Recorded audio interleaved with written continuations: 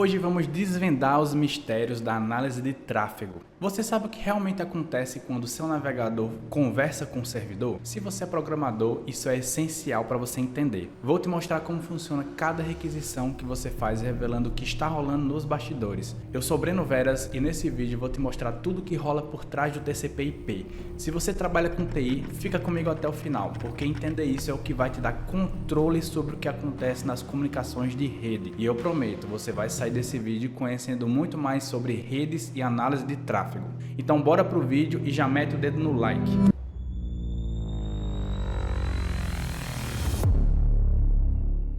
Imagina o seguinte cenário.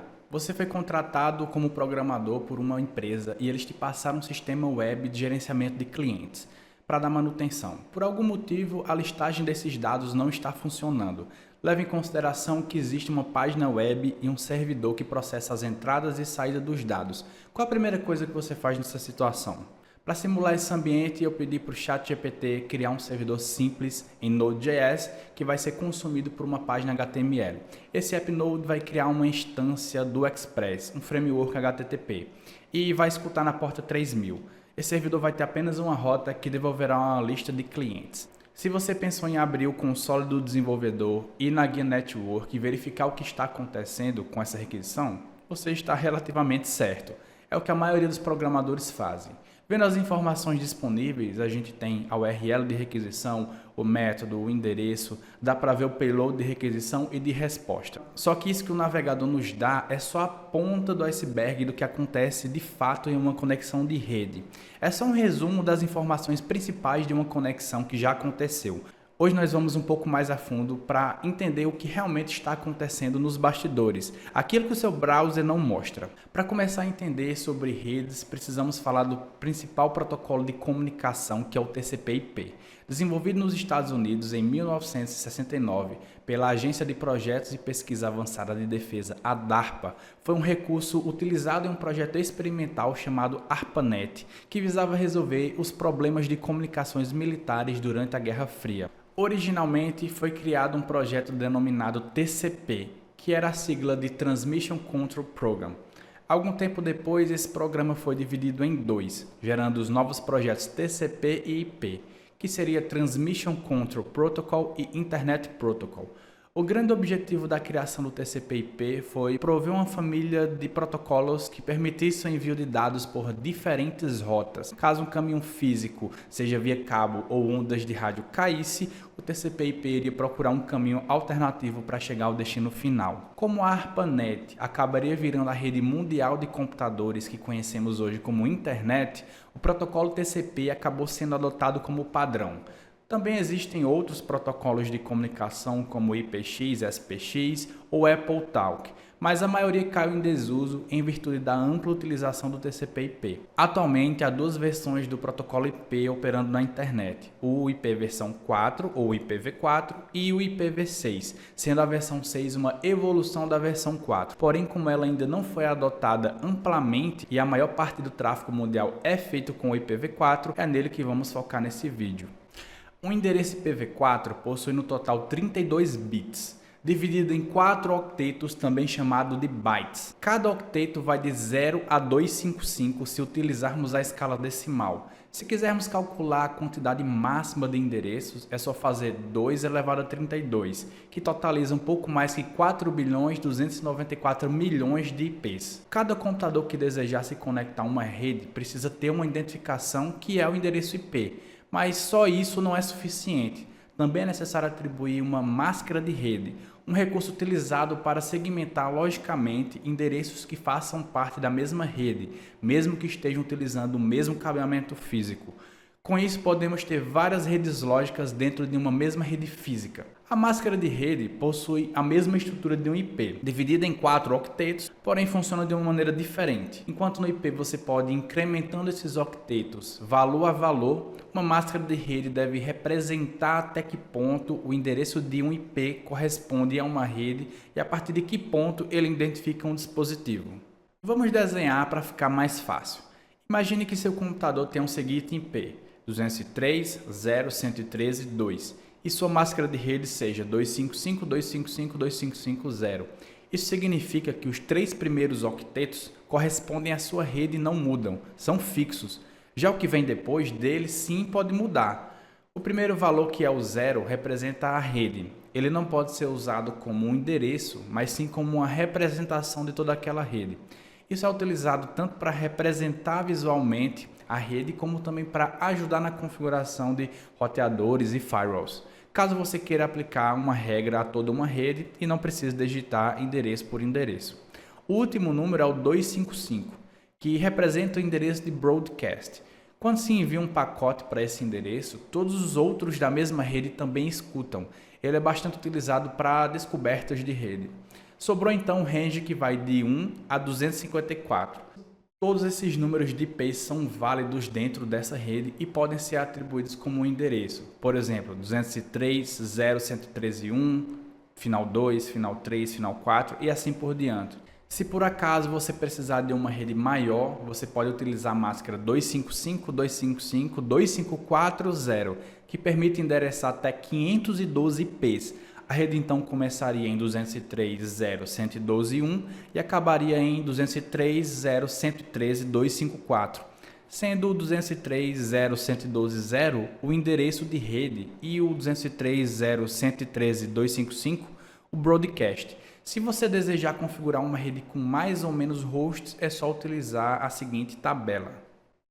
Essa tabela tem que ser seguida e esses números são fixos. Para ficar mais claro o motivo, vamos ver uma máscara de rede em binário. Percebeu que para configurar uma máscara, temos que definir a parte do IP que corresponde à rede utilizando o binário 1 e a parte que corresponde aos endereços utilizando o binário 0. Se convertermos esse binário para decimal, teremos 255. Do mesmo jeito que se convertermos esse binário para decimal, teremos 252. Com isso, temos todas essas máscaras de redes disponíveis. Vamos voltar agora para o cenário que eu citei anteriormente. Imagine que você foi contratado como programador por uma empresa e eles te passaram um sistema web de gerenciamento de clientes para dar manutenção. Eu criei aqui um ambiente virtual que vai simular essa infraestrutura. Então teremos 3 máquinas Linux, uma será o servidor web, que vai prover uma página HTML, também chamado de front-end, e o outro será o servidor rodando a aplicação Node.js, que seria o back-end. E por último temos o cliente, que vai acessar essa página.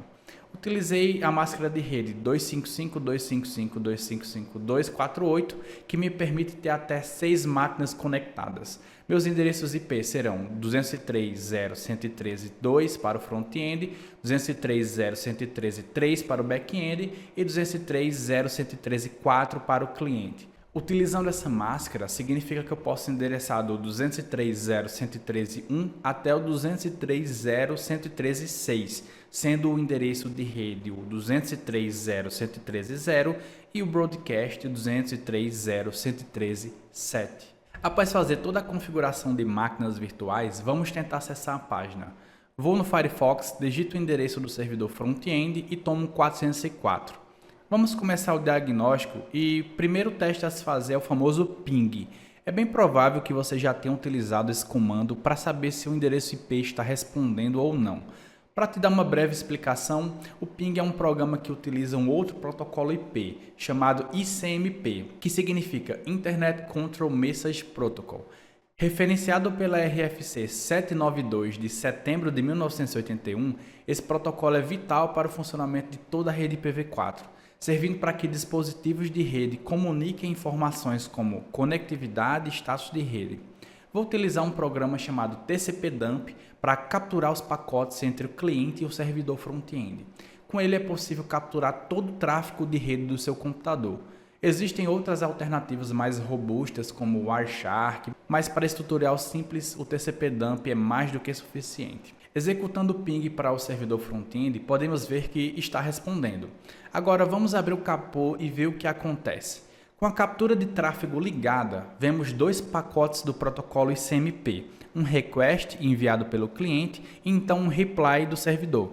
Essa informação que o TCP/dump está mostrando não é muito diferente da saída do próprio comando ping, então vamos adicionar o parâmetro "-x", que serve para exibir o payload de cada pacote em hexadecimal e ASCII2. O que temos é isso, um amontoado de valores em hexa e não dá para entender nada. Então vamos começar a escovar bit. Para enviar um pacote de qualquer protocolo, seja ICMP, TCP ou UDP, é preenchido primeiro o cabeçalho do protocolo IP. Lembrando que todos os outros protocolos rodam em cima dele. Esse cabeçalho é descrito pela RFC 791, de setembro de 1981. Existem atualizações por partes de outras RFCs e erratas, mas dá para ter uma noção geral da composição. A primeira informação importante que podemos obter é o cabeçalho IP. Possui 32 bits de largura. Como cada byte tem 8 bits, podemos dizer que o cabeçalho IP possui 4 bytes de largura. O campo version tem um tamanho de 4 bits e é responsável por informar a versão do IP. Ele sempre terá o conteúdo binário 0100, que representa 4 em números decimais. O segundo campo é o IHL, que significa Internet Header Length. Também possui 4 bits e é responsável por informar quantas linhas existem no cabeçalho. Já o próximo campo é o Type of Service. Possui 8 bits de largura e é responsável por definir algumas características para o tráfego de dados, com a intenção de melhorar a qualidade do serviço. Com o passar dos anos, esse campo vem sendo redefinido por várias RFCs e se os roteadores suportarem o TOS, ele obedecerá às indicações. O campo Total Length contém o tamanho total do pacote IP, contando o cabeçalho e payload. É formado por 16 bits, isso significa que um pacote pode ter até 65.535 bytes de tamanho, ou seja, 64 kilobytes. Fechamos a primeira linha do cabeçalho e antes de irmos para a segunda, precisamos falar sobre fragmentação. Muitas vezes um pacote IP tem que ser quebrado antes de ser enviado pela rede. Isso acontece devido à capacidade total do envio de dados de alguns roteadores nessa rede. Não vou aprofundar sobre fragmentação aqui, mas, em resumo, sempre que um pacote exceder o limite total de transmissão, ele é quebrado em vários outros pacotes que contêm o mesmo cabeçalho com o mesmo conteúdo do campo Identification. Esse parâmetro é responsável por identificar cada pacote através de uma numeração que possui 16 bits. Seu valor é criado em cada conexão com base em um algoritmo de geração de números aleatórios, geralmente implementado no kernel do sistema operacional. A partir desse primeiro número aleatório, o restante é sequencial. Por exemplo, se foi gerado o número 10.000, os próximos pacotes vão ter a identificação 10.001, 10.002, 10.003 e assim por diante. O campo flags é destinado a controlar o fluxo de fragmentos IP, quando ocorre fragmentação no pacote. Ele possui 3 bits que podem ser representados por None, Don't Fragment e More Fragment. O Fragment Offset é o último elemento de controle na fragmentação. Ele serve para ajudar a remontar na ordem correta um pacote que foi fragmentado. O TTL, ou Time to Live, originalmente se referia à quantidade de segundos que um pacote poderia trafegar na rede e funcionaria como uma válvula de segurança para um pacote que expire e não fique circulando indefinidamente pela rede. À medida que a internet foi crescendo, trabalhar com segundos começou a não dar muito certo. Então esse processo foi atualizado para o número de roteadores transpostos, ou seja, a cada roteador ultrapassado, o campo TTL será decrementado em 1. O nome técnico dessa passagem é Hope.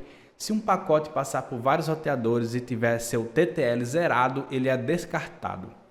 Finalmente, chegamos no campo Protocol. Ele é responsável por dizer o que será encapsulado dentro do payload do protocolo IP. O IP só pode ter outro protocolo dentro do seu payload. O campo Protocol possui 8 bits. Podemos numerar de 0 a 255 em decimal. Cada número corresponde a um protocolo diferente. Por exemplo, o ICMP é representado pelo valor 1, o TCP é 6 e o IDP é 17. Se quiser ver toda a tabela, é só dar uma conferida no site da IANA. Fechando a terceira linha, temos o Header Checksum. Ele serve para garantir que o cabeçalho irá trafegar íntegro pela rede. Com 16 bits de tamanho, seu valor é calculado com base nos campos existentes em todo o cabeçalho. Se no meio da transmissão qualquer valor for alterado, o checksum não vai bater. Também é necessário recalcular cada alteração do header, como por exemplo o decréscimo do campo TTL a cada hop. O campo Source Address refere-se ao endereço IP de origem. Esse campo tem 32 bits de largura, ou 4 bytes, que representa o tamanho exato de um endereço IP. O Destiny Address é similar ao Source Address, porém ele contém o IP da máquina de destino. O campo Options não é obrigatório no pacote. Seu tamanho varia de acordo com a quantidade de informações que ele terá, podendo ir de 0 a 40 bytes, o que corresponde de 0 a 10 linhas de cabeçalho. Ele pode conter algumas informações de segurança, restrições de acesso e manipulações de pacote, e outras informações diversas de roteamento. O último campo do cabeçalho é o Padding. Ele existirá se houver o campo Options no pacote. A função dele é preencher o espaço faltante entre o final do Options e o final da linha do cabeçalho. Isso significa que cada linha tem que obrigatoriamente possuir 4 bytes e devido ao Options ser de tamanho variado, o padding acaba por fechar a linha utilizando vários zeros. Agora vamos falar sobre o payload, que nada mais é que a área de dados. É nele que serão colocados todos os dados que trafegarão pela rede. Todo pacote P tem um payload e é obrigatório encapsular um outro protocolo nessa área. O tamanho varia dependendo da quantidade de informações que serão colocadas. Lembrando que um pacote tem no máximo 65.535 bytes e o tamanho mínimo de um cabeçalho é de 20 bytes. Se subtrairmos, teremos a quantidade máxima de bytes em um payload, que é de 65.515 bytes. Sem mais delongas, vamos analisar o pacote do nosso teste de conexão via ping.